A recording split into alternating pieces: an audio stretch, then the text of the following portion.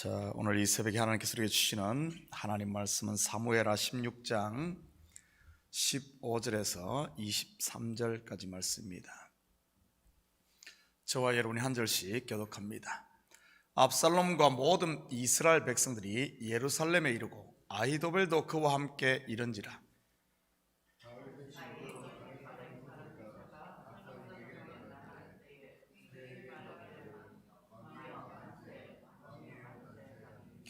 압살롬이 후세에게 이르되 이것이 내가 친구를 후대하는 것이냐?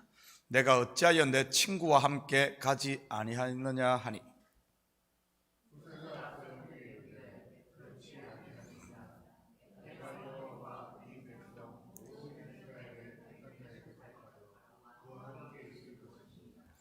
또 내가 이제 누구를 섬기리까? 그의 아들이 아니니까 내가 전에 왕의 아버지를 섬긴 것 같이 왕을 섬기리이다 하니라.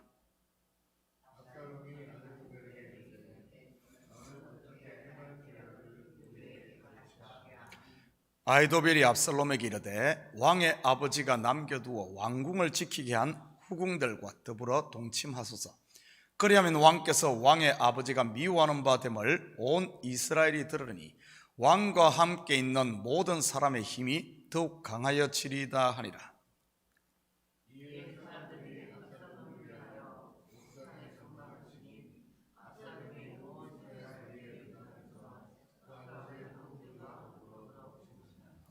함께 읽겠습니다.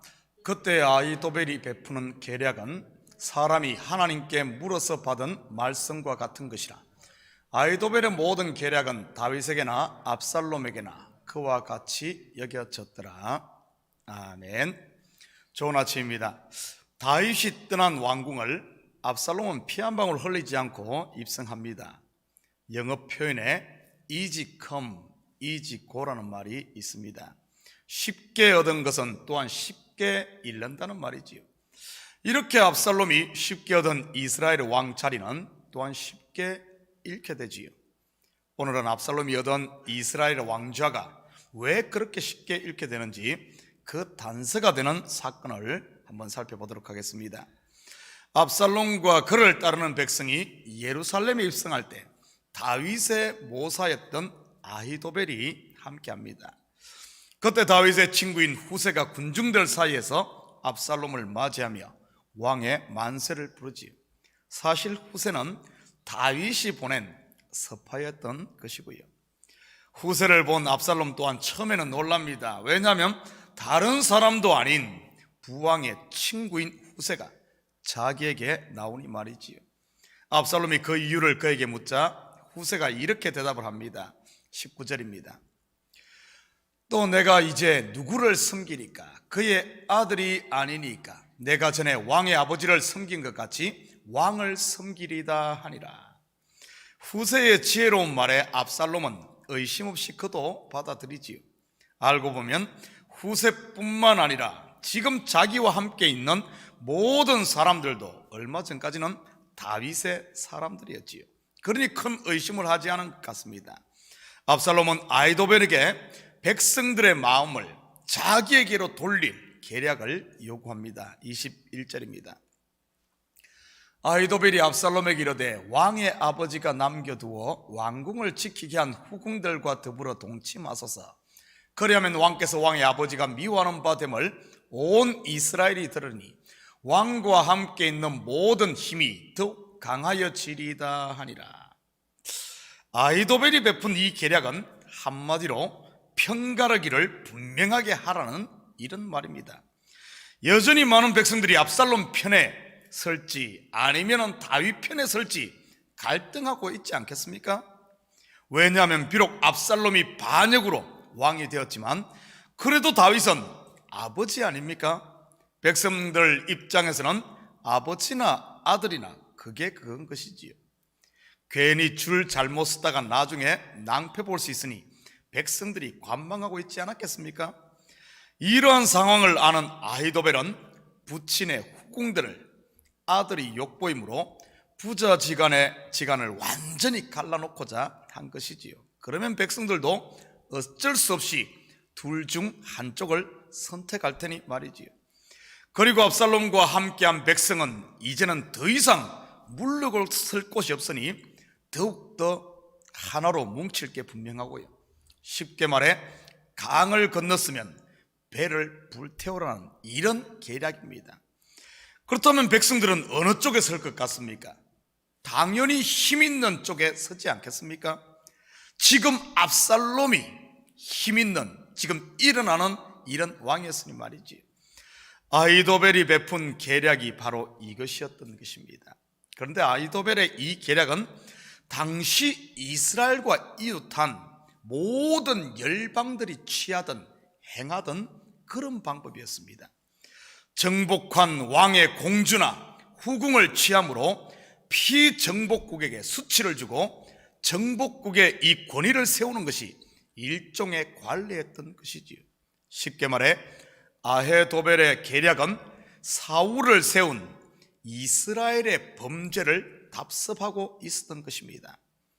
이스라엘 백성들이 하나님께 왕을 요구한 이유가 무엇입니까? 사무엘상 8장 5절입니다.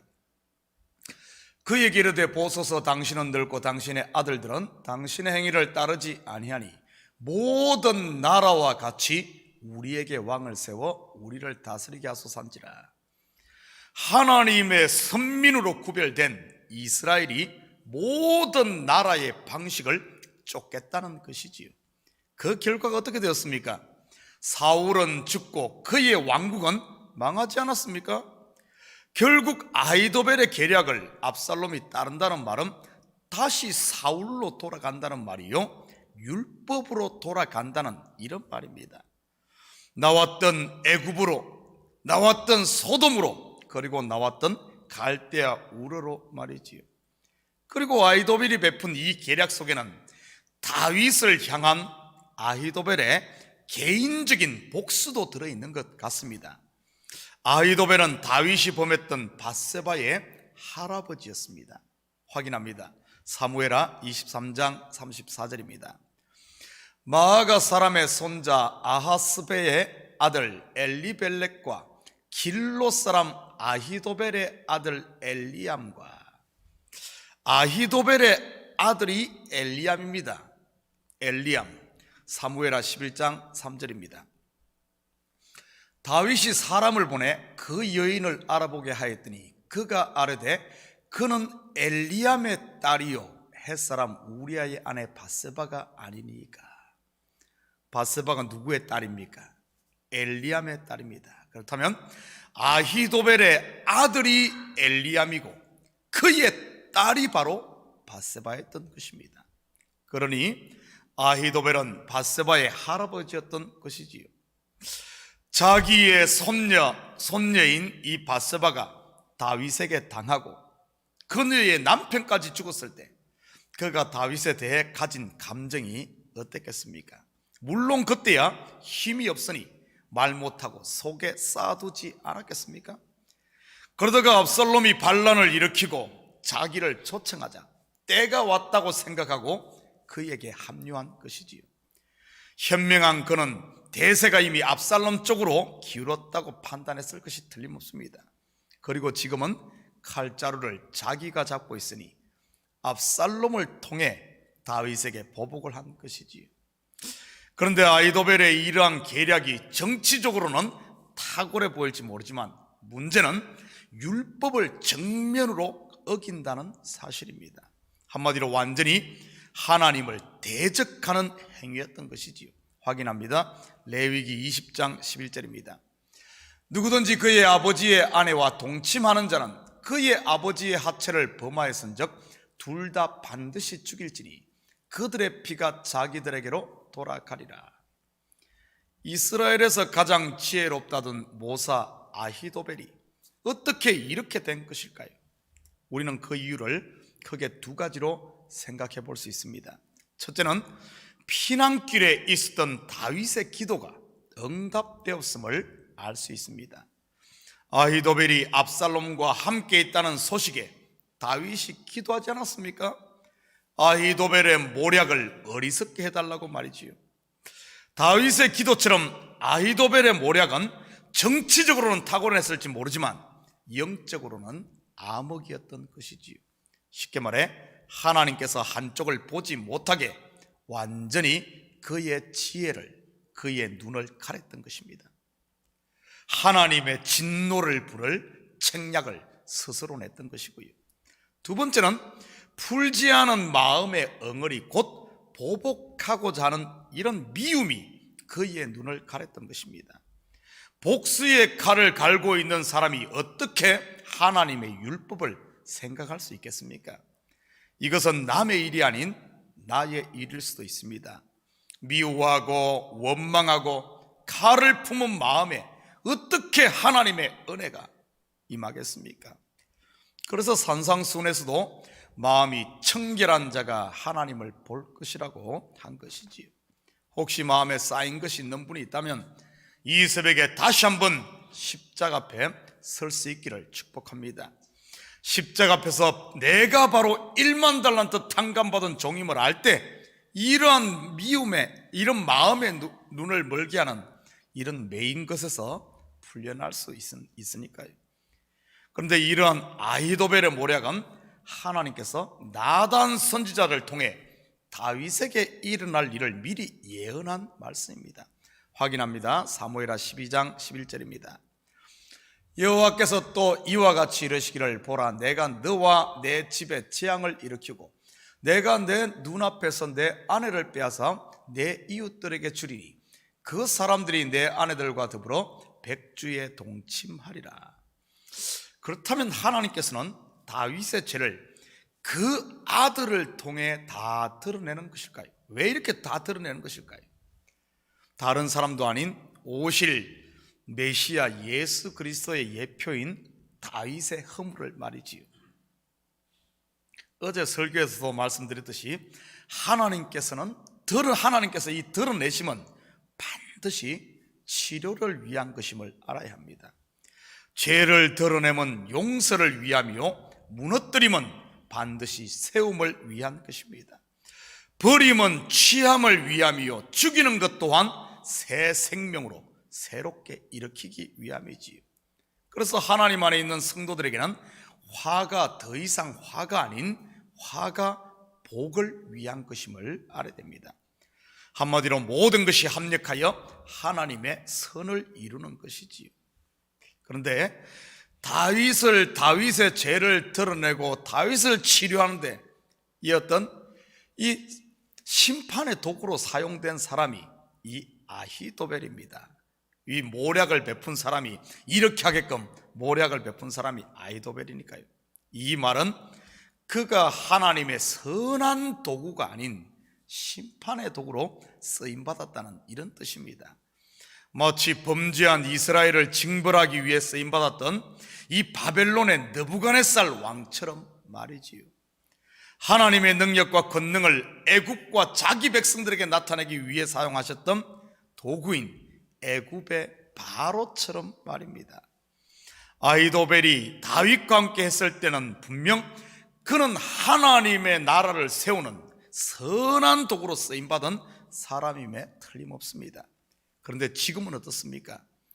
율법으로 돌아가 버린 압살롬과 함께한 그는 지금 심판의 도구가 되어 있었던 것이지요. 여러분은 지금 누구의 손에 붙들려 있습니까? 하나님의 선한 손입니까? 선한 도구입니까? 아니면은 징계의 채찍으로 쓰임받고 있습니까? 23절 계속해서 봅니다. 그때 아히도벨이 베푸는 계략은 사람이 하나님께 물어서 받은 말씀과 같은 것이라. 아히도벨의 모든 계략은 다윗에게나 압살롬에게나 그와 같이 여겨졌더라. 무슨 말입니까? 아히도벨의 모략은 다윗에게나 압살롬에게 하나님의 명령처럼 여겨졌다는 이런 말이지요. 그만큼 현명하고 지략이 많은 사람이었다는 뜻입니다. 그런데 그러한 탁월함을 가진 아히도벨, 결국 그는 어떻게 될까요? 안타깝게도 그는 자기가 베푼 지략이 나중에 압살롬에게 채택되지 못하자 고향으로 돌아가 자살을 하고 맙니다. 마치 가론유다처럼 말이지요. 가론유다 또한 12 제자 중에 인정받을 만큼, 동결을 맡을 만큼 그렇게 12제자 중에서는 아마 탁월했던 인물 같습니다. 그런데 결국에 그 탁월함이 어떻게 됩니까? 선한 도구가 아닌 심판의 도구로 쓰임받는 모습을 보게 됩니다. 내가 지금 누구의 손에 붙들려 있는가? 우리의 지금 많은 은사와 은혜와 능력이 하나님 손에 붙들려 있게 되면, 하나님과 함께 되면 그것은 사람을 살리는 정말 귀한 도구가 되지만, 자기의 욕심과 욕망에 매여 있다면 어떻게 되겠습니까? 결국에는 이 아히도벨의 이야기가 남의 이야기가 아닌 내 이야기가 될 수가 있다는 사실입니다. 사랑하는 성도 여러분, 오늘 하루도 여러분의 삶의 현장에서 주님과 동행함으로 그분의 선을 위해 쓰임받는 그분의 선한 도구가 되기를 주님의 이름으로 축복합니다. 같이 기도합니다. 사랑의 아버지 하나님, 참으로 감사드립니다. 이 새벽을 깨우시고 주님 앞에 설 수 있는 은혜 주심을 참으로 감사를 드립니다. 우리 속에 아버지 하나님, 메인 것들이 있다면 이 시간 주님 앞에 다 내려놓게 하시고, 그런 것들이 자꾸 쌓이다 보면 나도 모르는 사이에 선한 도구가 아닌 심판의 도구로 아버지 하나님 설 수 있사오니, 여호와여 항상 우리의 마음을 정결케 하고 은혜로만 충만하게 채우는 저들 되게 도와주시옵소서.